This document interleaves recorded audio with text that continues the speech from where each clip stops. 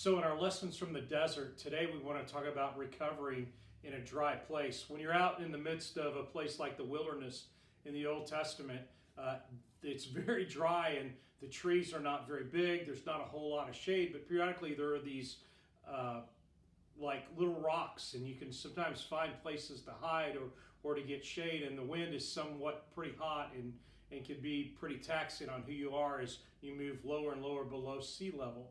But what I want to talk about today is this idea of sometimes in the midst of a dry place and in the midst of the desert, what we're supposed to do is recover. And I think very rarely do we think, oh, if I'm in this place that seems like a desert, how am I supposed to recover? Maybe all of you have had a time when you have felt very afraid. Let me tell you about one of the times that I felt extremely afraid.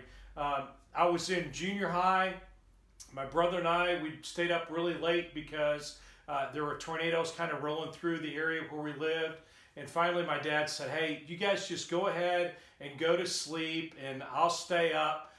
I found out later he didn't stay up. But anyway, and I'll make sure things are okay. So my brother and I went in and we went to sleep. Just before we went to sleep, we talked about, what it would sound like moments before the tornado hit.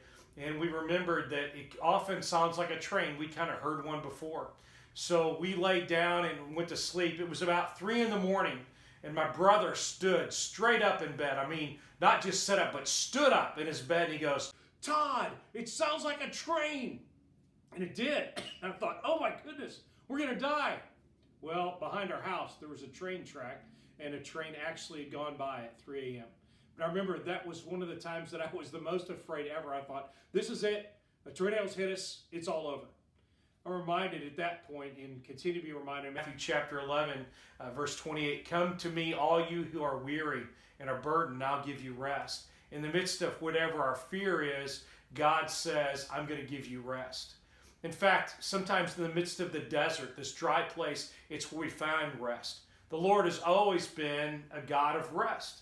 In fact, He modeled it for us. He mandated it for us in the 10 Commandments. Jesus even had those times of rest, but we're not very good at taking those. There was a survey that was done a couple years ago. They said if we adopted in America, kind of like some of the South American cultures of a time for an afternoon nap or a siesta or whatever, what would Americans do? And the answer came back that most of us would get a second job, that we're not very good at rest. In fact, most of us need a vacation from our vacations, or on our weekends are more full than our work days, that we're not very good. In fact, most of us have gotten into a time of fatigue. And when we get to fatigue, it affects how we make decisions. In fact, a lack of rest makes you make worse decisions. It affects how you do that. Rest is necessary for our journey when it comes to following God. In fact, it helps us to prepare and it helps us to overcome what we're facing. So if we don't rest effectively, then we're not going to make good decisions. If we don't rest like God asks us to rest, then we're going to constantly be involved in stuff probably that we shouldn't be involved in. You see, when rest is part of our life, there tends to be less fear and less anger. The more rest in our life, there tends to be more compassion and more the idea of God is in control. And I think we struggle with that because we filled our lives so full. We can't even get away from our devices. We take showers with them. We sleep next to them. They're constantly on. Music's always on. Everything's always on in our life, and we've forgotten the model and the mandate of rest that God has for us. And so I think that we need to realize that God calls us, even in the midst of maybe a storm or quarantine or whatever, that you're supposed to recover in the place where you are. And today, are you recovering? Which brings me to our text of 1 Kings chapter 19, one of my second son's favorite stories, but it was a story that the Jewish people love to tell. You see, Elijah had just defeated the prophets of Baal. He has this great victory and awesome things are happening.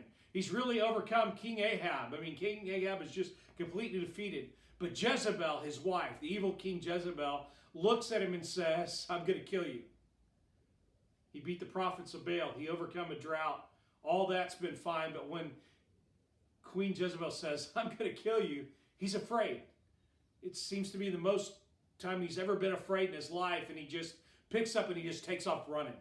In fact, he runs so much that finally he collapses. An angel of the Lord comes and takes care of his needs, and he collapses again. And finally, he finds himself in a cave. And in the cave, he's woken up by a message from God that says, "What are you doing here?" And he says, "I'm so afraid." And things haven't gone well because he's so tired. He's just completely tired. And God says, "Go and stand on the edge of the cave and I'll come by." So in the midst of this fatigue and not making good decisions and afraid for his life, in the mouth of a cave, away from everybody, God says, "It's okay, I'm going to show you I'm here." And so there's this mighty wind, kind of like a hurricane, or it tears things apart like a tornado. But God is not in the wind. And then there's this earthquake, and it tears apart rocks, and it shakes the ground. It completely moves Elijah. But God is not in the earthquake. And then there's a fire, like a forest fire, that rages and burns all the brush and everything around. But God is not in the fire. And those three huge acts that we would think, acts of God, that's not God at all. And all of a sudden, there's this gentle whisper, and that's the voice of God. It's his reassurance that he's there. And it's only found in rest. You see, you've got to take time for rest, because you've got to take time to see how God works. God's supposed to be at work in your life right now. God is saying, "Hey, in the midst of whatever you're going through, will you rest just for a few minutes, even if it's in the dry place, and find recovery?" Because in that, God says, "I'm here and I'm with you." So take a few minutes and look at the questions that we have provided for you. Maybe call somebody, maybe make journal entries, maybe Zoom with somebody else, or if there's other people in your house, and go through this study for a few minutes and talk about how that you can become better at rest and find recovery in the dry place.